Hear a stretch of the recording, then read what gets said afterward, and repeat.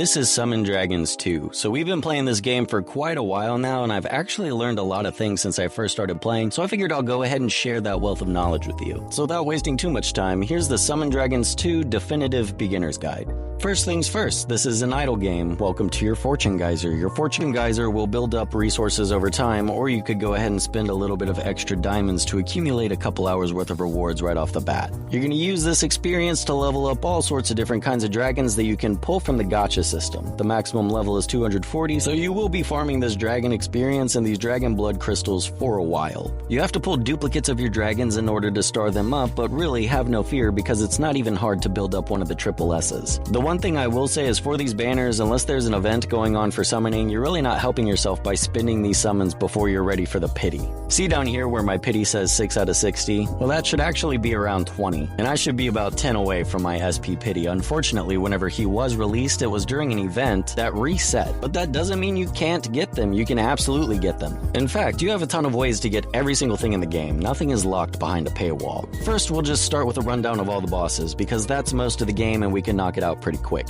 You'll be challenging these 3 bosses in the Twilight Realm, the Deep Rock Lair, and the Sacred Ruins. The Twilight Realm is going to help you get dragon trainers, which are going to be essential for maxing out your teams. The Deep Rock Lair is going to get you beginner equipment sets, which you're going to need in order to take on some of the later bosses. You also get these elite dragon eggs here, which feed into another AFK idol system that we'll get into shortly. And the Sacred Ruins is going to get you not only advanced summons, but it's going to get you halidome pieces as well. Your entire team's performance doesn't just depend on the RNG you got from the gacha system. You actually need to develop a team. If you have any questions about how to do that, I actually just made a video on team building that I'll link at the end of this video. But one team is not enough because for a lot of the content, you'll actually need 3 teams, including the Amphitheater of Glory, where you're going to be able to farm those SP summons. So if you put too many resources into a dragon you don't want to use anymore, 1, don't fret because you can always reset the dragons, and 2, you'll probably end up using them anyways. You can obviously make use of 15 dragons in multiple areas, but your main team is going to be your main focus because the arena rewards are really where it's at. Now let's move on to that second idle function I talked about earlier. We have a dragon nest where we can hold dragon eggs and they hatch into resources and other dragon shards. The farther you get in the story, the more nests you unlock, and you can queue them up so that whenever these hatch, others will replace them immediately. Before we get too far ahead of ourselves, you're going to make sure that you have enough land to place all of those nests, and you will get more land slots by challenging the story. Anyways, from those dragon eggs, you can also hatch dragonlings that you can put inside of your dragon huts to help boost your dragon stats even more.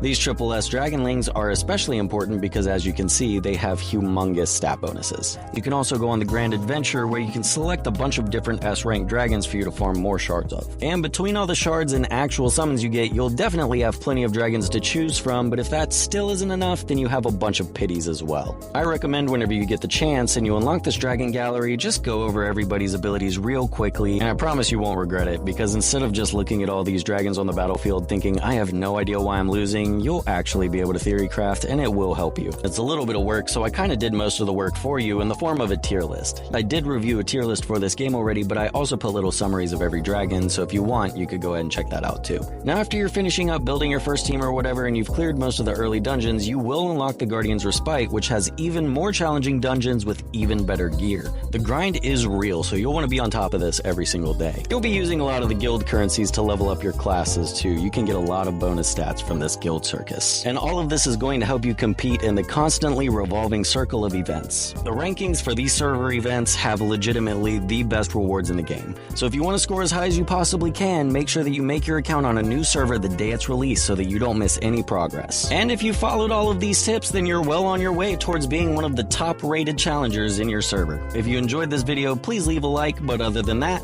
that's going to do it for me today, and I'll see y'all later. Bye.